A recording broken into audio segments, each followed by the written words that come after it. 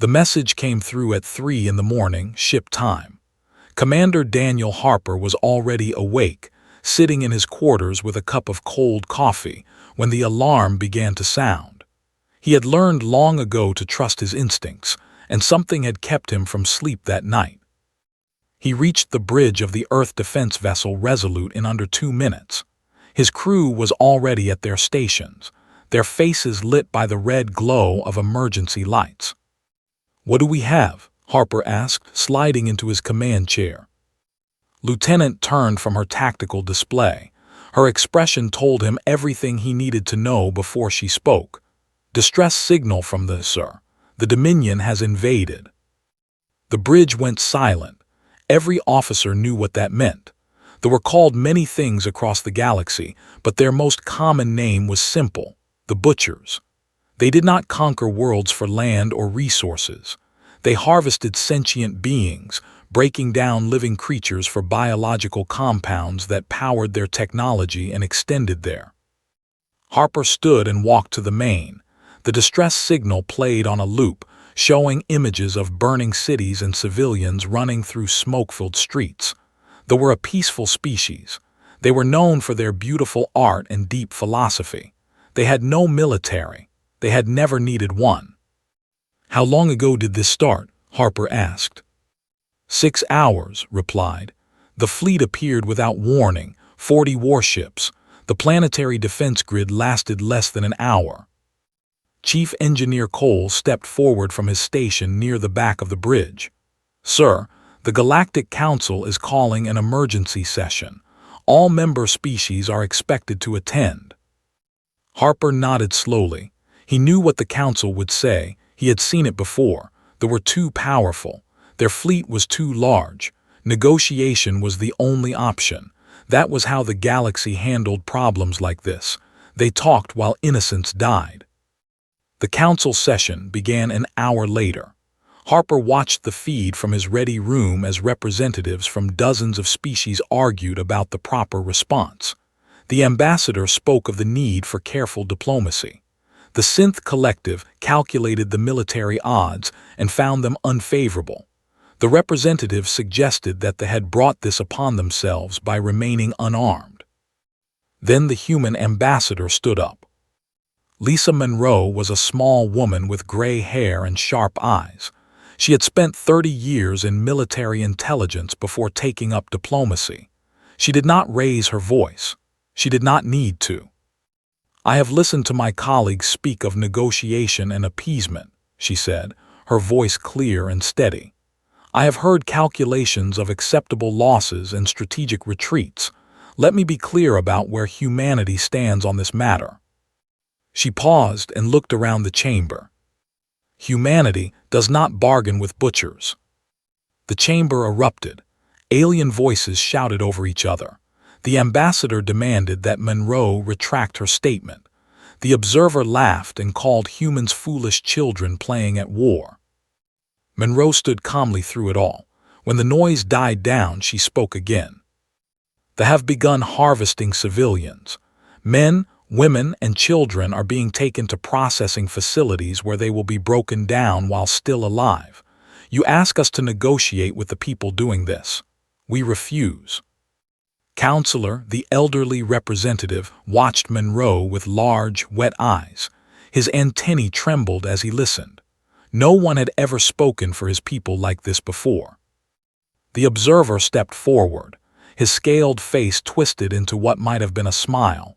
"You humans have been in this galaxy for 60 years. You have 13 warships. We have hundreds. Do you truly wish to make an enemy of the Dominion?" Monroe met his gaze without flinching. "We already are your enemy. We became your enemy the moment you started killing innocents. The only question now is what we are going to do about it." 3 hours later, Commander Harper received his orders. The Resolute and 12 other human vessels were to proceed to space immediately. They would engage the blockade and protect the civilian evacuation. Harper gathered his senior officers in the briefing room. He laid out the situation clearly: 13 ships against 40. They would be outnumbered. The odds were not good. Dr. Torres, the ship's doctor, was the first to speak. They have no one else coming to help them. They have pledged 4 ships, Harper said. The rest of the galaxy is still debating. Then we go with what we have, Lieutenant said. Her voice was hard. Those people are dying while politicians talk. Cole nodded in agreement. The engines are ready, sir. Say the word and we jump. Harper looked at each of them in turn. These were good people, brave people. They knew exactly what they were flying into, and not one of them hesitated.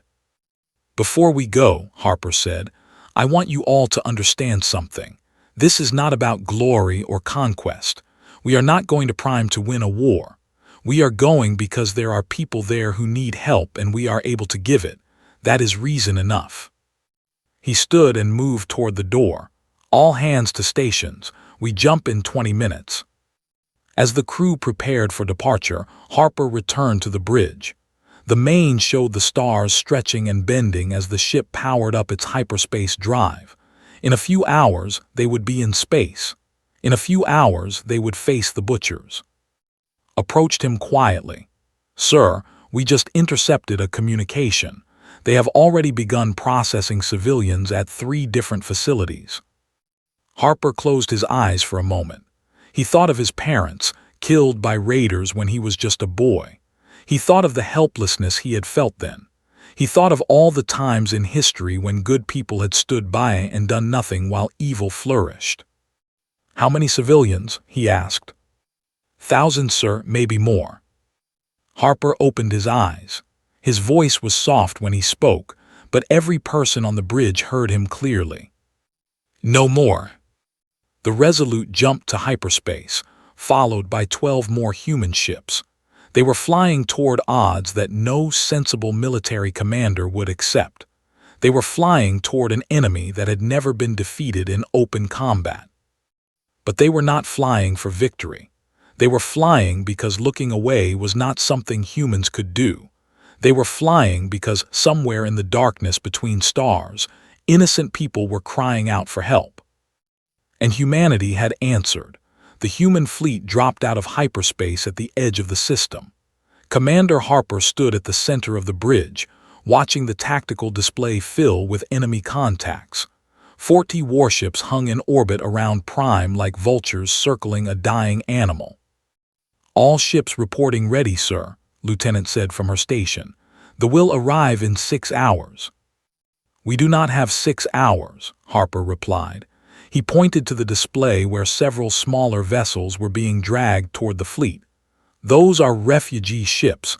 They are taking them to processing stations. The bridge crew watched in heavy silence as the civilian transports were captured one by one. Each ship carried hundreds of trying to escape their dying world. Now they would join the thousands already being harvested. A communication request flashed on the screen. Harper nodded to the officer at the communication station. Put him through. The face of Supreme Commander appeared on the leader was tall and covered in dark scales. His eyes were yellow and cold, like a predator watching prey. He smiled when he saw the human ships on his own display. 13 vessels, said, his voice filled with amusement. You humans are either very brave or very stupid. I have not decided which. Release the civilian ships, Harper said. This is your only warning. Laughed. It was an ugly sound. Warning? You come to my territory with your tiny fleet and issue warnings. I admire your spirit, human. It will make your processing all the more satisfying. He leaned forward, his yellow eyes narrowing. But I am feeling generous today. Leave now, and I will remove humanity from the harvest list for another 100 years. Your children and will live their lives in peace. All you must do is turn around and let us finish our work here. Harper did not hesitate. I have a counter-offer. Release every civilian you have captured. Leave this system. Never return. Do that and we will let you live. The commander stared at him for a long moment. Then he laughed again, louder this time. You amuse me, human, but I grow tired of games. My fleet will continue its operations. If you interfere, you will be destroyed. The communication ended.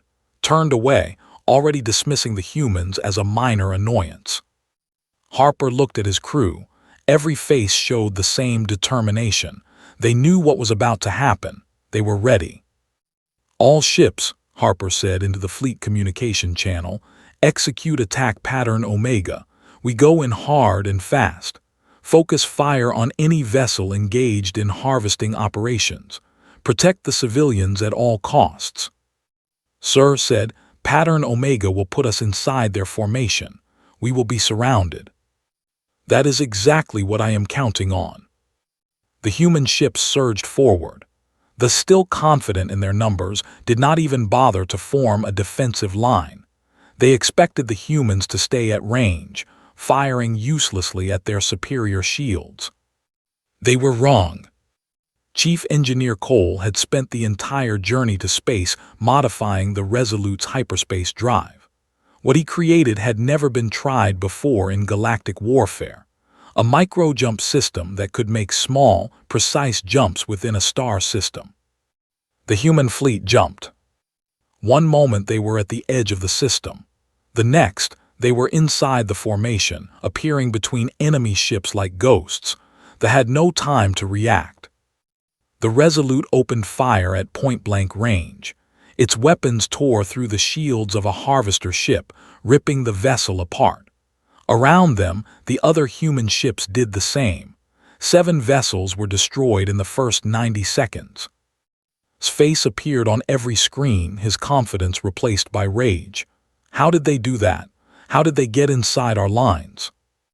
He regained control of himself and began issuing orders. The fleet turned inward, trying to trap the human ships. But every time they closed in, the humans jumped again, appearing in a new position, striking from unexpected angles. Dr. Torres worked in the medical bay as the ship shook from enemy fire. Wounded crew members filled the beds, but she moved between them with calm efficiency. She had known the risks when she volunteered for this mission. Every person on this ship had. "Resolute, this is the transport Peaceful Dawn," a voice crackled over the communication system. "You have cleared a path for us. We are making a run for the hyperspace lane." "Go," Harper replied. "We will cover your escape."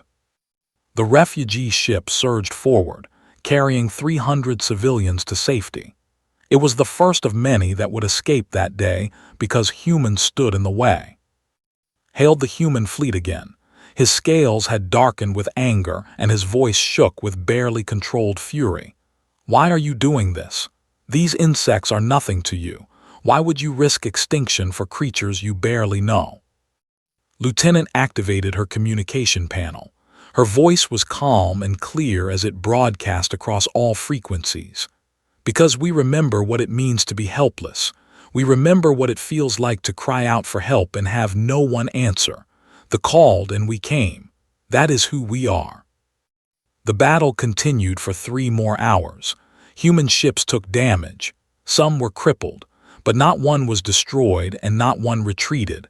They fought with a fury that they had never seen before. Finally, ordered his fleet to pull back. They needed to regroup and repair. The humans had not won the war, but they had won the day. As the ships, Harper allowed himself a moment to breathe. The Resolute was battered. The shields were failing. The hull had breaches on 3 decks, but they were still fighting. "Civilian casualties?" he asked. "We saved 11 transports," reported. "Over 4,000 made it to safety." Harper nodded. 4,000 lives. 4,000 people who would see another sunrise because 13 human ships refused to look away. But the moment of relief did not last.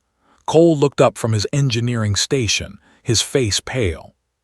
"Sir, I am picking up a long-range transmission from the has called for reinforcements." "How many?" Cole swallowed hard. "The Death Fleet, sir, 200 warships. They will be here in 18 hours." Harper looked at the tactical display. 13 human ships, 4 vessels on the way, against 200 of the most powerful warships in the galaxy. The odds had just gotten much worse, but as Harper looked around at his crew, he saw no fear, only determination. They had come here to save lives. They would keep doing that until they could not fight anymore. "Get our ships repaired," Harper said. "We have 18 hours to get ready. When the Death Fleet arrives, we will be waiting for them." Outside, the Prime turned slowly in the darkness.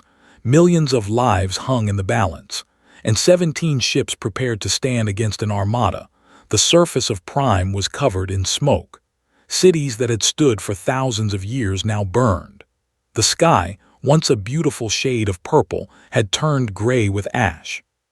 Sergeant Jake led his team through the ruins of what had once been a school. The walls were cracked and blackened. Small desks lay overturned in the hallways. On the floor, he could see abandoned toys and scattered papers covered in childish drawings.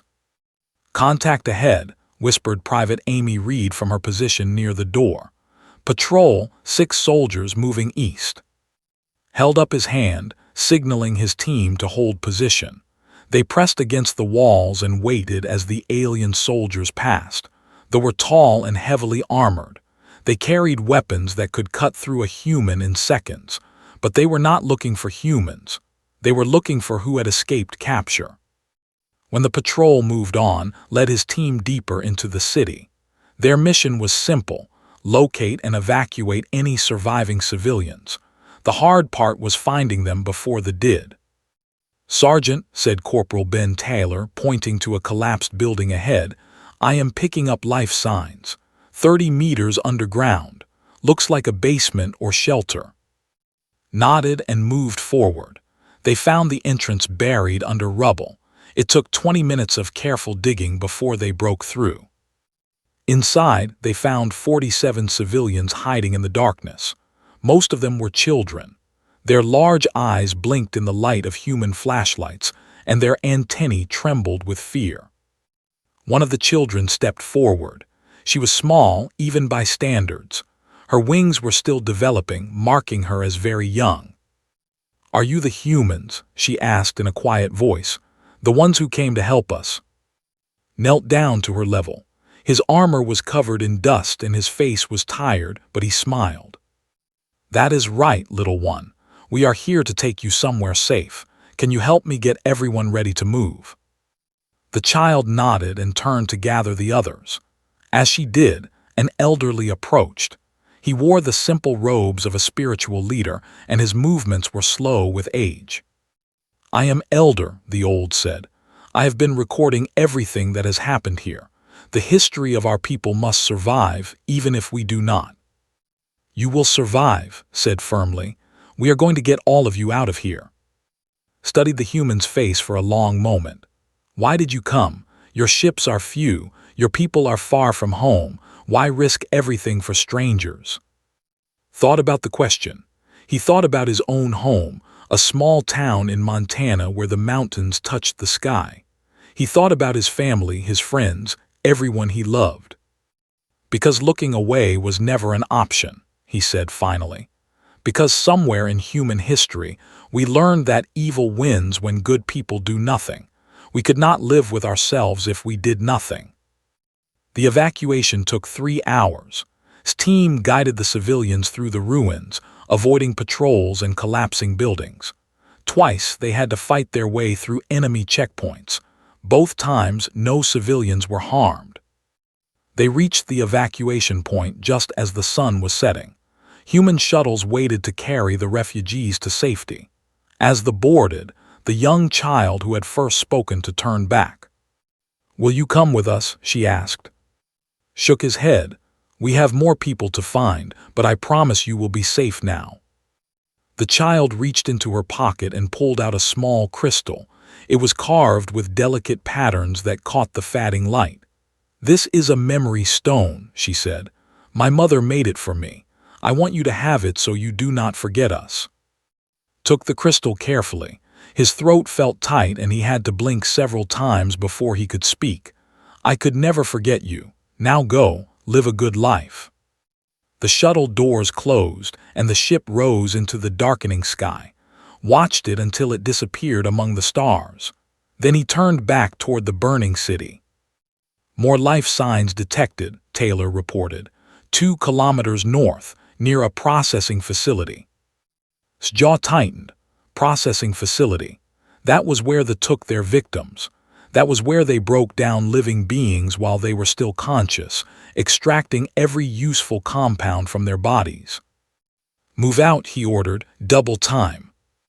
They reached the facility just before dawn. It was a massive building surrounded by fences and guard towers. Inside, they could hear sounds that would haunt them for the rest of their lives. The team moved with deadly efficiency. They cut through the fences, disabled the alarms, and entered the facility before the guards knew they were there. What they found inside was beyond anything they had prepared for. Rows of hung from machines, tubes connected to their bodies. Some were still alive, their eyes following the humans with desperate hope. Others had already been emptied, their shells discarded like garbage. "Get them down," said, his voice barely controlled. "Get them all down. Anyone who can be saved, we save." They freed 63 from the machines that day. 42 survived long enough to reach medical care. The rest died in the arms of human soldiers who held them and told them they were not alone. As they left the facility, looked back at the building one last time. Then he pressed a button on his communicator. The facility exploded behind them, flames reaching toward the sky. "Command, this is," he said into his radio. "Facility destroyed, moving to next objective." On the Resolute, Commander Harper received the report.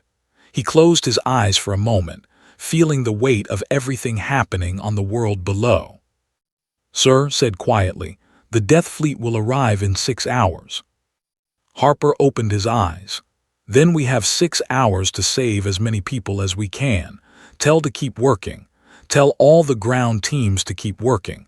We do not stop until we have to." Outside the viewport, Prime turned slowly beneath them. Fires still burned across its surface. But among those fires, small lights moved. Human shuttles carrying refugees to safety, one ship at a time. The Death Fleet was coming. 200 warships that would darken the sky and bring destruction beyond imagination. But until they arrived, humanity would keep fighting. They would keep saving lives. They would keep proving that some things were worth dying for. Elder recorded everything in his chronicle. The humans who ran toward danger. The soldiers who wept for alien children they had never met. The ships that stood between killers and the innocent. "History will remember this day," he wrote. "The day we learned that we were not alone in the universe. The day humanity showed us what courage truly means." Death Fleet arrived exactly on schedule. 200 warships dropped out of hyperspace in perfect formation, their dark hulls blocking out the stars. Each ship was massive, bristling with weapons that could reduce a planet to ash. Commander Harper stood on the bridge of the Resolute and watched them come. Beside him, Lieutenant tracked the enemy fleet on her tactical display. Chief Engineer Cole reported damage repairs that were barely complete. Dr. Torres had cleared the medical bay of wounded, preparing for what was about to come. 17 ships against 200, Cole said quietly. "Those are not good odds." "They never were," Harper replied. He turned to face his crew. These men and women had followed him into impossible situations before. They had trusted him with their lives. Now he owed them the truth. "I am not going to stand here and tell you we can win this fight," Harper said. "The numbers are against us. The firepower is against us. By any reasonable measure, we should turn and run." He paused, looking at each face in turn. "But there are still civilians on that planet. There are still people who need our help. If we leave, they die. It is that simple." He straightened his shoulders. "I cannot order you to stay. Anyone who wants to leave, I will arrange transport. No judgment, no shame. This is not your fight." The bridge was silent. No one moved. No one spoke. Then Lieutenant stood up from her station. "Sir, with respect, this became our fight the moment we jumped into this system. I am not leaving." Cole nodded. "The engines will hold together. I will make sure of it." One by one, Every officer on the bridge declared their intention to stay. Word spread through the ship, and the responses came back the same from every deck. Not a single crew member requested transfer. Harper felt something warm spread through his chest. Pride, gratitude, love for these people who had chosen to stand with him. "Then let us give them something to remember," he said. The human fleet formed up between the Death Fleet and Prime. The 4 ships that had arrived during the night took position beside them. 17 ships against 200. It was madness. It was also the only choice they could make. Supreme Commander's face appeared on the... He looked different now. The amusement was gone from his eyes, replaced by cold fury. "You destroyed 7 of my ships," said. "You burned one of my processing facilities. You have cost me greatly, human. I will enjoy watching you die." Harper leaned forward in his chair. "You talk too much. Let us finish this." Scales darkened with rage. "Very well, Death Fleet, attack. Leave no survivors." The warships surged forward. They came in waves, their weapons filling space with deadly fire. The human ships scattered, using their superior speed and maneuverability to avoid the worst of the assault. The Resolute shook as a plasma bolt struck its shields. Alarms screamed across the bridge. Hands flew across her console, redirecting power and adjusting their attack patterns. "Shields at 60%, she reported. "Enemy destroyer on our port side." "Cole, give me everything the engines have," Harper ordered. "Target their bridge and fire." The Resolute spun, its weapons tracking the enemy vessel. A volley of missiles streaked across the void and struck the destroyer's command section. The ship broke apart in a flash of light. But for every enemy they destroyed, 3 more took its place. The fleet was simply too large. Human ships began to fall. The destroyer Vigilant was the first to go, overwhelmed by enemy fire. Then the cruiser Defiance, its reactor breached by a direct hit. The crew of the Valiant managed to evacuate before their ship exploded, escape pods scattering like seeds in the wind. Harper watched his fleet dying around him and felt something break inside. These were his people, his responsibility, and he was leading them to their deaths. Then shouted something that made his heart stop. "Sir, new contacts. 50 ships just dropped out of hyperspace." Harper turned to expecting to see more reinforcements. Instead, he saw something that brought tears to his eyes. Galactic Union vessels, cruisers, synth battleships. Even the Isolationist had sent their ancient warships. 50 vessels from species that had refused to help, species that had told humanity to negotiate, species that had looked away while they died. A communication came through. The face that appeared belonged to Admiral Grace, commander of Earth's reserve fleet. She was older than Harper, with gray hair and hard eyes that had seen too many battles. "Sorry we are late," said with a thin smile. "Had to convince some friends to join the party." "How?" Harper asked, his voice rough. Ambassador Monroe showed them what they were doing. She made them watch. She made them understand that if they did nothing today, tomorrow it would be their people in those facilities. The expression softened. "You started something, Harper. You reminded the galaxy what it means to fight for something that matters. They could not stay silent after that." The relief fleet joined the battle. Fresh ships with full weapons and undamaged shields crashed into the formation. The Death Fleet, confident in its victory moments before, suddenly found itself in a real fight. Elder's voice crackled over an open channel from the planet's surface. He was broadcasting to every ship in the system. "The humans taught us something today," he said, his old voice trembling with emotion. "They taught us that some lines must never be crossed. They showed us that standing up for the innocent is not foolishness. It is the highest form of courage. Today, the galaxy remembers what it means to be brave." The tide of battle shifted. Ships began to fall faster than they could destroy their enemies. Screamed orders at his fleet, but the disciplined formation had dissolved into chaos. Then sensors detected something that froze the blood of every officer on the Resolute. "Sir," said, her voice barely a whisper, "'s flagship is charging some kind of weapon. Energy readings are off the scale." Harper looked at the tactical display. The massive weapon array on ship was glowing with terrible light. He had seen weapons like this before in intelligence reports. A world killer, a weapon designed to crack a planet open and leave nothing but debris. Appeared on the one final time. His face was twisted with hatred, all pretense of calm destroyed. "If I cannot have this world," he snarled, "no one will. You want to save these insects so badly, watch them burn." The weapon began its firing sequence. In 30 seconds, Prime would die. Harper looked at the tactical display. His ship was the closest. There was only one way to stop the weapon in time. He made his decision. "All hands abandon ship," Harper ordered. "Get to the escape pods, that is a direct order." Stared at him. "Sir, what are you doing?"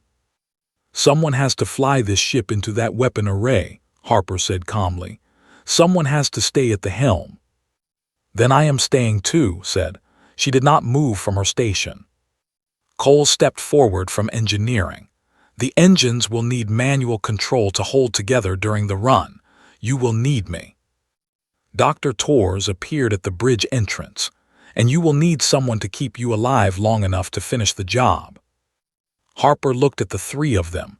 He wanted to order them to leave. He wanted to save them. But he saw the determination in their eyes, and he knew they would not go. "Then let us save a world," he said quietly. The crew evacuated. The Resolute turned towards flagship, and 4 humans prepared to give everything they had for people they had never met. The Resolute accelerated towards flagship, its engines burning at maximum power. Behind them, escape pods scattered in all directions, carrying the crew to safety. Ahead, the world-killer weapon glowed with terrible energy, counting down the seconds until Prime would die. Commander Harper sat in his chair, his hands steady on the controls. Lieutenant worked at her station, calculating the precise angle of impact that would destroy the weapon array. Chief Engineer Cole monitored the engines, forcing them to give more power than they were ever designed to produce. Dr. Torres moved between them, checking vitals and making sure they stayed conscious through the crushing acceleration. 20 seconds to weapon discharge, reported. Her voice was calm, as if she were reading a routine status update. "Time to impact?" Harper asked. 18 seconds, it will be close. Harper nodded. It would be close. Everything came down to 2 seconds. 2 seconds that would determine whether a world lived or died. The flagship grew larger on the face appeared one last time, his yellow eyes wide with disbelief as he realized what the humans were doing. "You cannot be serious," said.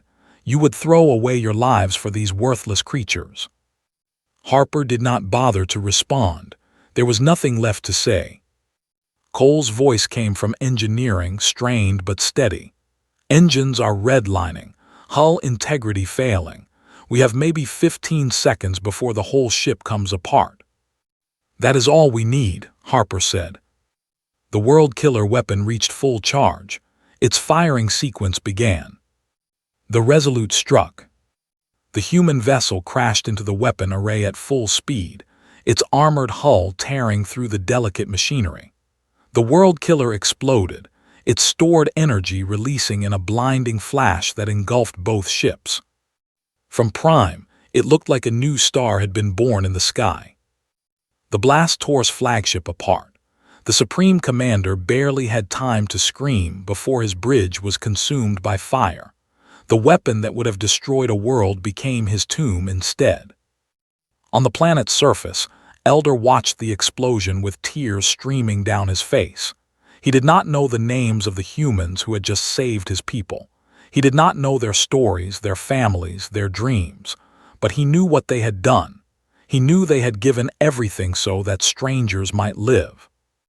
"The humans," he whispered, "the humans saved us all." The Death Fleet, leaderless and shattered, began to retreat. The combined forces of humanity and their new allies pursued them, destroying ship after ship. By the time the sun rose over Prime, not a single vessel remained in the system. The war was not over. The Dominion still existed, and they would seek revenge for this defeat. But on this day, in this place, the Butchers had lost. And they had learned something important. There were beings in this galaxy who would not bargain with evil. There were beings who would fight and die for the innocent. There were humans. 1 year later, a memorial stood in the center of the capital city. It was a simple structure, a tall spire of white stone surrounded by gardens. At its base were 4 names carved in letters that would last for centuries. Commander Daniel Harper, Lieutenant Chief Engineer Cole, Dr. Tours. Species from across the galaxy came to visit, and synths, and even some, those few who had begun to question their people's ways. They came to pay respects to the humans who had shown the galaxy what courage looked like. Ambassador Lisa Monroe stood before the memorial, preparing to give the dedication speech. Behind her, thousands had gathered, representatives from every member species of the Galactic Union, civilians who had survived because of human sacrifice, and in the front row, a group of children who had been rescued from a collapsed shelter by Sargent 1 year ago. Monroe looked out at the crowd and began to speak. A year ago, I stood before the Galactic Council and said that humanity does not bargain with butchers. Many thought I was foolish. Many said we could not win. Many believed that fighting for strangers was pointless. She paused, her eyes moving to the names carved in stone. They did not die because they hated they died because they loved strangers they had never met. That is what it means to be human. We do not measure the value of a life by whether it looks like us, talks like us, or comes from the same world. Every life has worth. Every innocent deserves protection. Elder stepped forward to stand beside her. His antennae were still now, no longer trembling with fear. He had spent the past year writing the history of what had happened here. It was a history that would be taught to children for generations to come. In my chronicle, said, I wrote that when the butchers came, the humans did not bargain. They simply stood between the blade and the innocent, and they did not move. This was true, but there is more to say. He turned to face the crowd. The humans did not just save us. They taught us. They showed us that looking away is never acceptable. They proved that courage is not the absence of fear, but the decision that something else is more important than fear. Today, we honor not just their sacrifice but their example. In the crowd, a young woman stood quietly. She was one of the children had rescued from that shelter. In her hand, she held a small crystal, a memory stone that a human sergeant had returned to her after the war ended. He had kept it with him through every battle, a reminder of why he fought. Now she was older, old enough to have made a choice about her future. She was joining the Galactic Peacekeeping Force, a new organization created in the aftermath of the war. It was modeled on human principles. Its members came from every species in the galaxy. Its mission was simple: stand between the innocent and those who would harm them. The memorial ceremony ended as the sun set over the rebuilt city. The gardens around the spire filled with soft light, illuminating the 4 names that would never be forgotten. Sargent stood at the edge of the crowd, watching the young woman in her new uniform. She saw him looking and walked over. "Thank you," she said simply. Smiled, though his eyes were sad. He had lost friends in the war. He had seen things that would never leave him, but moments like this made it worthwhile. "You do not need to thank me," he said. "Just make them proud. Make sure their sacrifice meant something." She nodded, her determination clear. "I will, we all will." As darkness fell over Prime, lights appeared across the city. Not fires this time, but celebrations. Music filled the streets. Children played in parks that had been rebuilt from rubble. Families gathered to remember those they had lost and give thanks for those who remained. In the sky above, human and alien ships patrolled together, watching for any threat. They had not returned. Perhaps they never would, but if they did, they would find a galaxy that had learned from humanity. A galaxy that would no longer bargain with butchers. In his final entry, Elder wrote words that would be quoted for centuries to come. They were carved on monuments across 100 worlds. They were taught in schools and spoken at memorials. They became the creed of the peacekeeping force and the foundation of a new galactic order. The humans came when no one else would. They fought when wisdom said to flee. They died so that strangers might live. And in doing so, they reminded us all of a truth we had forgotten. Some things are worth any price. Some lines must never be crossed. Some people will always stand against the darkness.